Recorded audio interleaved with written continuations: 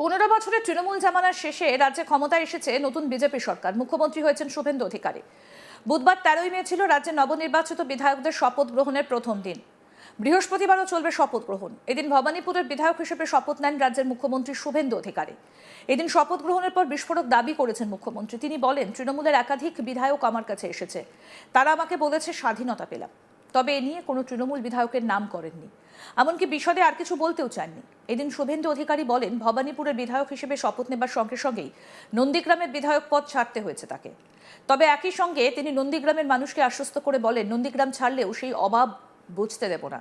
যিনি বিধায়ক হন তিনি নন্দীগ্রামের মানুষকে কোনো অভাব অনুভূত হতে দেবেন না।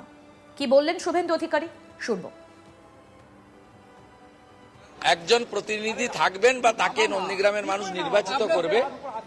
নন্দীগ্রামে বিধায়কের পরিষেবা থেকে শুরু করে আমি নির্বাচন চলাকালীন যে সমস্ত উন্নয়নের প্রতিশ্রুতি দিয়েছিলাম, আমি অন্য এলাকার উন্নয়নের সাথে সাথে নন্দীগ্রামে দেওয়া আমার কথাও আমি কার্যকর করব এবং নন্দীগ্রামের মানুষ তাদের আমি আগামী 5 বছর বুঝতে দেব না যে তাদের বিধায়ক শুভেন্দু অধিকারী নয়।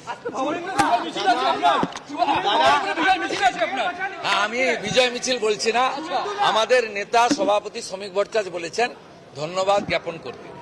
অন্যকে অসুবিধায় না ফেলে, উত্ত্যক্ত না করে, অনিচ্ছুক লোকের গায়ে আবির বা ফুল না ছুড়ে খুব ভদ্রভাবে ধন্যবাদ জ্ঞাপন করতে আমি আমার নেতা, আমার প্রদেশ সভাপতির নির্দেশ মেনে ভবানীপুরে আজকে বিকেল 5টা থেকে 7টা আমি পুরো এলাকার মানুষকে যতটা পারি ওই 2 ঘন্টার মধ্যে মানুষকে কৃতজ্ঞতা জ্ঞাপন করতে যাব অভিনন্দন যাত্রায়।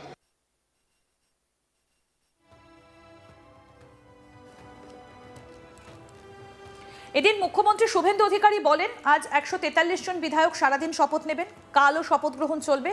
এই বিধানসভার কাজ, সরকার দায়বদ্ধ থাকবে বিধানসভার কাছে, বিধানসভায় গোপন কিছু থাকবে না। সরকার হচ্ছে for the people, by the people, of the people. একই সঙ্গে এদিন শুভেন্দু জানান তার কনভয়ের বহর ছোট করা হবে। তিনি বলেন, প্রধানমন্ত্রী মোদী আমাদের পথপ্রদর্শক, উনি গাড়ির কনভয় ছোট করেছেন। আমিও বলেছি আমার কনভয়ে অপ্রয়োজনীয় গাড়ি রাখার দরকার নেই। তিনি জানান, এদিন সন্ধে 5টা থেকে 7টা পর্যন্ত রাজ্য সভাপতি শ্রমিক ভট্টাচার্যের নির্দেশে ভবানীপুরে থেকে ধন্যবাদ জ্ঞাপন করবেন। অনিচ্ছুকদের গায়ে আবির ও ফুল ছোড়া হবে না বলেও জানিয়েছেন তিনি। কি বললেন শুভেন্দু অধিকারী, এবার সেটাও শুনব।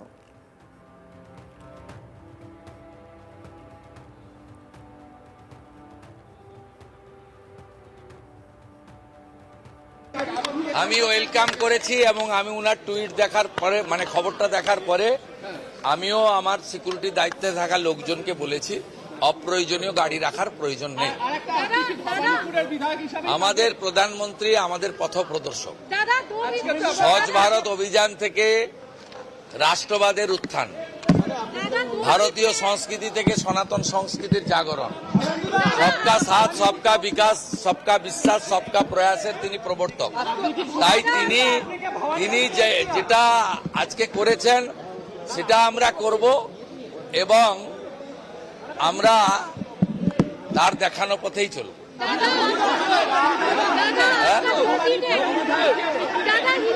আমি 2 জায়গার এমএলএ হিসেবে তো শপথ নিতে পারি না। আমি ভবানীপুর থেকে শপথ নিলাম, মানে আমাকে সংবিধান আইন অনুযায়ী নন্দীগ্রামটা ছাড়তে হবে। ছাড়লেও আমি নন্দীগ্রামের মানুষকে কথা দিতে পারি, 2009-এর 5ই জানুয়ারি ফিরোজা বিবি জেতানোর পর থেকে আমি এমএলএ ছিলাম না, কিন্তু আমি নন্দীগ্রামের সব দেখাশোনা করেছি। এখানেও একজন প্রতিনিধি থাকবেন বা তাকে নন্দীগ্রামের মানুষ নির্বাচিত করবে।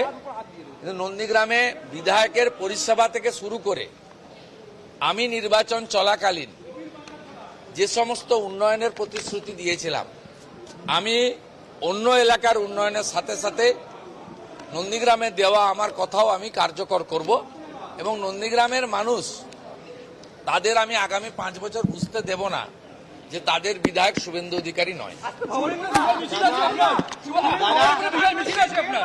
আমি বিজয় মিছিল বলছি না, আমাদের নেতা সভাপতি শ্রমিক ভট্টাচার্য বলেছেন ধন্যবাদ জ্ঞাপন করতে। অন্যকে অসুবিধায় না ফেলে, উত্ত্যক্ত না করে, অনিচ্ছুক লোকের গায়ে আবির বা ফুল না ছুড়ে খুব ভদ্রভাবে ধন্যবাদ জ্ঞাপন করতে আমি আমার নেতা, আমার প্রদেশ সভাপতির নির্দেশ মেনে ভবানীপুরে আজকে বিকেল 5টা থেকে 7টা আমি পুরো এলাকার মানুষকে যতটা পারি ওই 2 ঘন্টার মধ্যে মানুষকে কৃতজ্ঞতা জ্ঞাপন করতে যাব অভিনন্দন যাত্রায়।